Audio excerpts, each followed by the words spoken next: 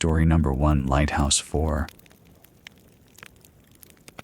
I arrived at the decommissioned Lighthouse on a Tuesday afternoon in late October. The access road was unpaved and overgrown. The kind of property that had been waiting for paperwork to catch up with abandonment. My assignment was straightforward: final structural evaluation before federal transfer to state management. I had done this work before. Coastal properties, especially older ones, required documentation of load, bearing integrity, salt corrosion patterns, and any structural compromise that would affect future use or demolition planning. The lighthouse itself was a brick cylinder, roughly 80 feet tall, with a keeper's cottage foundation visible on the eastern side. The main structure showed the expected deterioration. Salt spray had corroded the exterior mortar. Several windows on the second and third levels were broken or boarded. Water damage marked the interior walls in characteristic patterns. I spent the first day photographing, measuring, and recording observations in my field notebook. The work was methodical and unremarkable. On the second morning, I began my detailed assessment of the spiral staircase that climbed the interior shaft. This was standard procedure. The staircase was the primary load path for any future visitors or maintenance personnel. What I found was inconsistent with the documented history of the structure. The staircase exhibited stress fractures in the iron treads and supporting stringers. These were not minor surface cracks. The fractures showed a pattern of cyclic loading, the kind of damage that accumulated over years of repeated stress.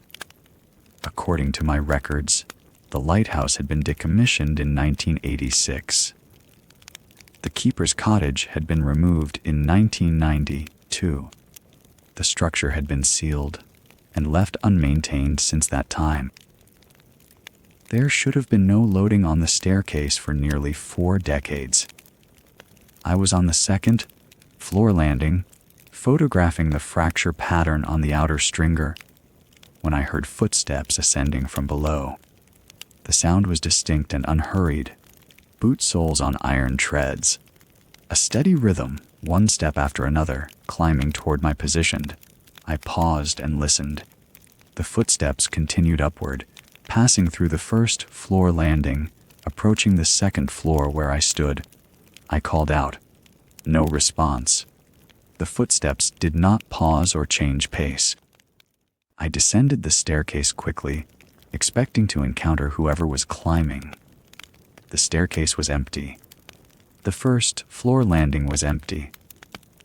The main chamber at the base of the structure was empty. I had confirmed I was alone before beginning work that morning.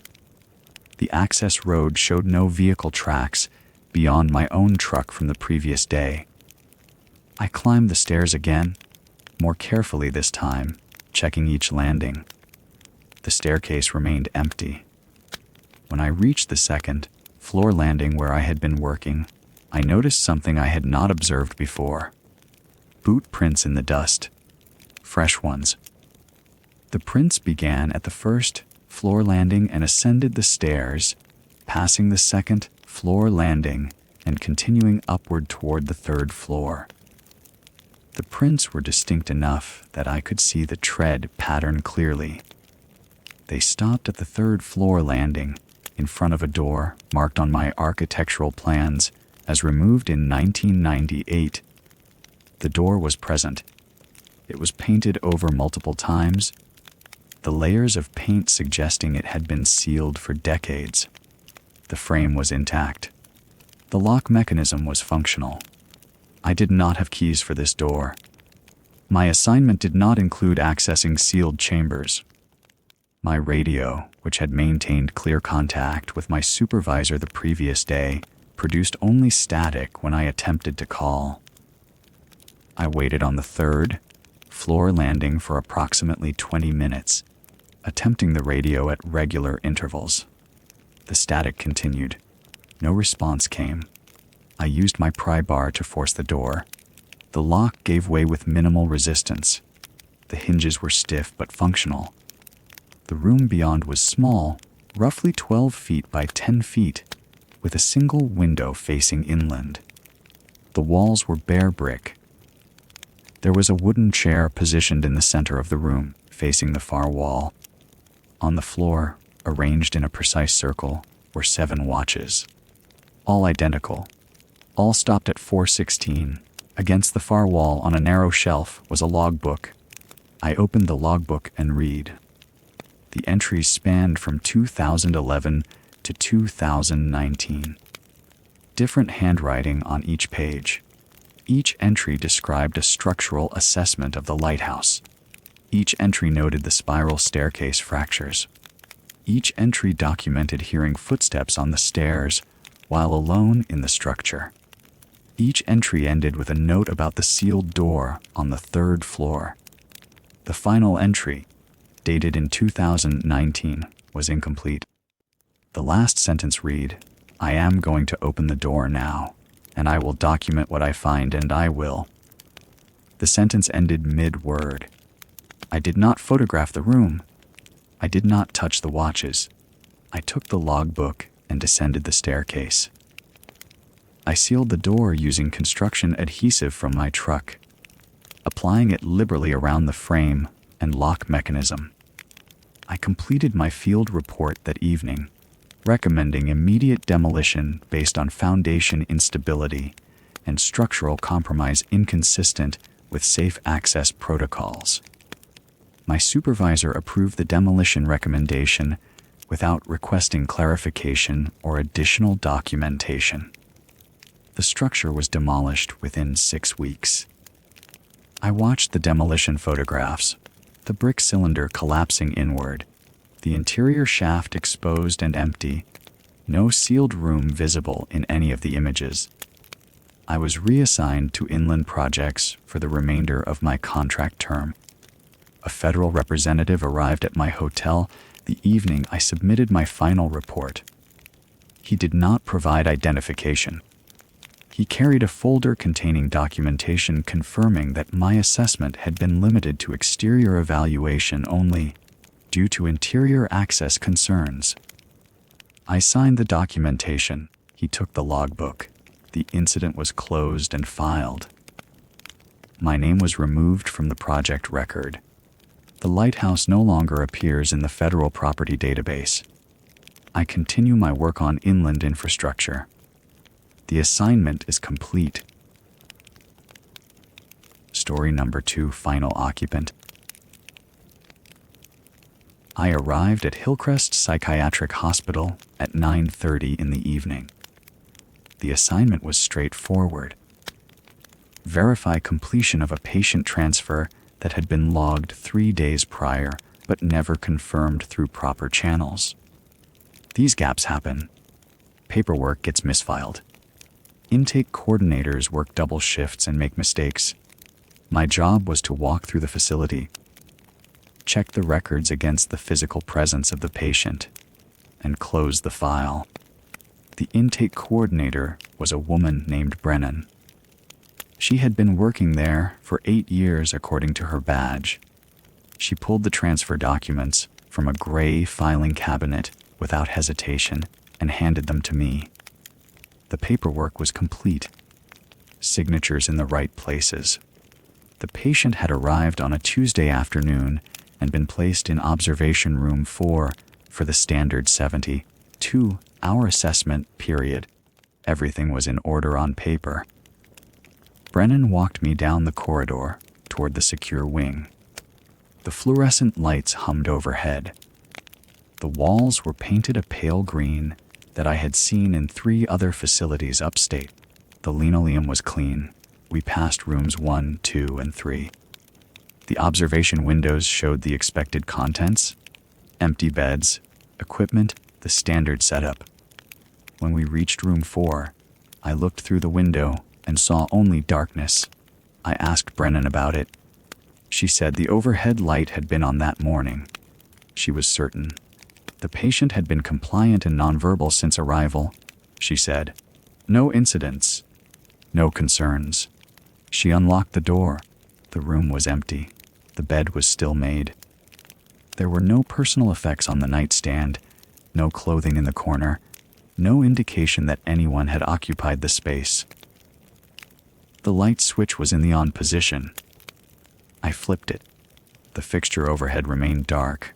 I checked the bulb. It was seated correctly. I asked Brennan if maintenance had been called. She said no one had reported a problem. I requested security footage for the wing. Bren made a call, and a technician brought the footage to us within 10 minutes. We reviewed it on a monitor in the administrative office. The timestamp on the transfer documents matched a 12-minute gap in the surveillance recording. Not a technical failure, a clean absence. The footage jumped from 14:47 to 14:59. Nothing was recorded in between. I interviewed the staff who had been present during intake. 3 people confirmed they had seen the patient. Each one provided a different description. One said the patient was a man in his 60s with gray hair. Another said a woman in her 40s with dark hair. The third said a younger person, possibly late 20s, but was uncertain about other details. When I pressed them, they became defensive. They were certain they had seen someone. They were equally certain their descriptions were accurate. None of them could explain the discrepancy. I initiated a facility-wide search. I walked through the secure wing, the general population areas, the administrative sections, and the grounds. I found the patient's identification wristband on a bench in the courtyard garden. The garden had been locked and unused since the previous winter. The bench was positioned against the far wall, away from the main pathways. The wristband was printed with a name, a date of admission, and an ID number that matched the transfer documents. I contacted the originating facility.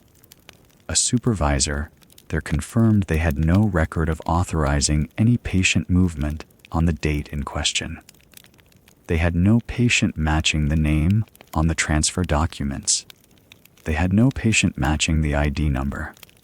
They had no record of Hillcrest requesting a transfer.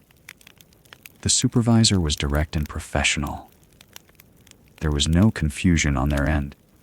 I returned to Hillcrest and reviewed the transfer documents again. The originating facility's stamp was present. The signature of their intake coordinator was legible. The paperwork was authentic, but the facility had no record of it. I filed the incident under administrative error with census correction. I recommended the transfer documentation be reclassified as clerical duplication from an unrelated case. The discrepancy in staff descriptions I noted as a result of poor intake procedures and insufficient documentation protocols.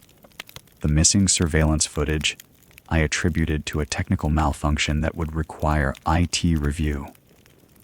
The empty room, the locked garden, the wristband. I did not include those in the official report. The observation room was reassigned to storage pending electrical inspection. Brennan was reassigned to day shift intake at a different facility. The transfer documents were archived in a restricted section of the records system. I was instructed to route all future verifications for Hillcrest through regional oversight, rather than direct site visits. The incident was closed on the 28th of the month and filed under case number 2479936. It has not been reopened. Story number 3, broadcast end. I arrived at Station Whiskey 7 at 1900 hours on a Tuesday in March. The facility sits roughly 8 miles north of the nearest paved road, accessible only by a gravel service route that had not been maintained in several years. The main gate, a chain-link structure with a padlock, was standing open when I approached. The lock itself showed no signs of forced entry. It had been opened from the inside. I logged this observation and contacted control. The response was standard: proceed with caution, document all irregularities, complete the shutdown checklist. The assignment was straightforward. Station Whiskey 7 had been designated for decommissioning. The analog recording systems needed to be powered down, the equipment cataloged for removal, and the facility secured pending demolition. I had 72 hours to complete the work. The operations room occupied the central section of the underground complex. When I descended the concrete stairs and opened the blast door, I found all 43 reel-to-reel recorders running. The spools were turning. The tape was moving through the heads, all of them simultaneously. I checked the power logs. The main grid connection had been terminated 14 months prior. There was no backup generator. The facility had been unmanned for 6 years. Quarterly maintenance checks had been filed without incident. The most recent entry, dated March of the previous year, noted standard structural decay and no anomalies. I made a second call to control. I was told to verify the power source. I traced the cables. The main breaker was in the down position. The emergency power system showed no charge. The recorders were drawing current from a grid connection that did not exist. I listened to what was being recorded. Each machine was capturing something different, but the content was identical across all channels.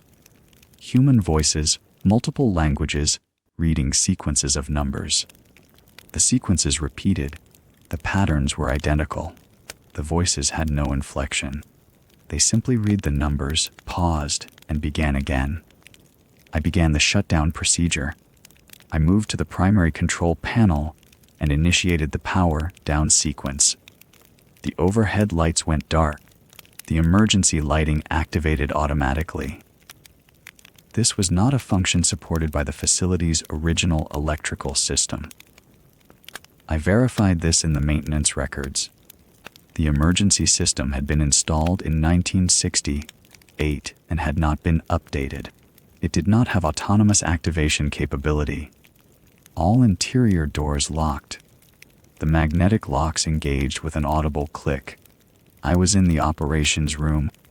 The doors to the storage areas, the communication hub, and the primary server room all sealed simultaneously. I used my radio to contact control. I reported the lock status and the power anomaly. I was instructed to remain in place and await further direction. The recorders continued to run. The voices continued to read the numbers. I waited approximately 4 minutes. Then the voices began to respond to my radio transmissions. They repeated the words I had sent to control, with a delay of exactly 3 seconds between my transmission and their repetition. The recorders were playback-only units. They had no broadcast capability. There was no mechanism by which they could receive my radio signal and reproduce it through the speakers. I cut the main power line. I went to my vehicle, retrieved the bolt cutters from the toolkit, and severed the cable where it entered the building. The recorders stopped. The spools stopped turning. The tape stopped moving. The voices continued for approximately 11 minutes.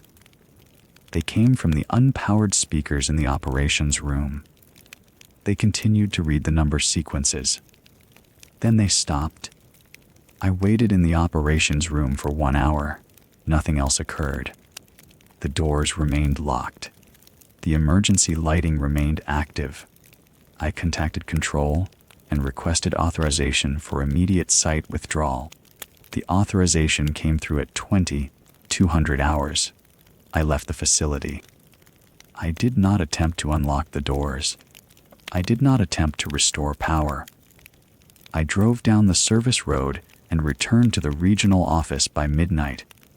The following morning, I was instructed to file a report under administrative seal. The report was accepted without follow-up questions. Control issued a reclassification, Order Station Whiskey 7 was designated a contaminated equipment disposal zone. All salvage operations were canceled. The site was to be filled with concrete within 7 days. I was informed that the concrete pour was completed on schedule. I was not present for it. I was transferred to inventory audit duties the following week. I was told that a psychological evaluation would be conducted as a matter of protocol. I was also informed that this evaluation would remain ongoing indefinitely. I have completed 4 sessions. No conclusions have been reached. The evaluation continues. The incident has been filed and archived. The file is no longer in active circulation. My involvement with Station Whiskey 7 has been formally concluded and transferred to restricted status. I do not expect further contact regarding this matter.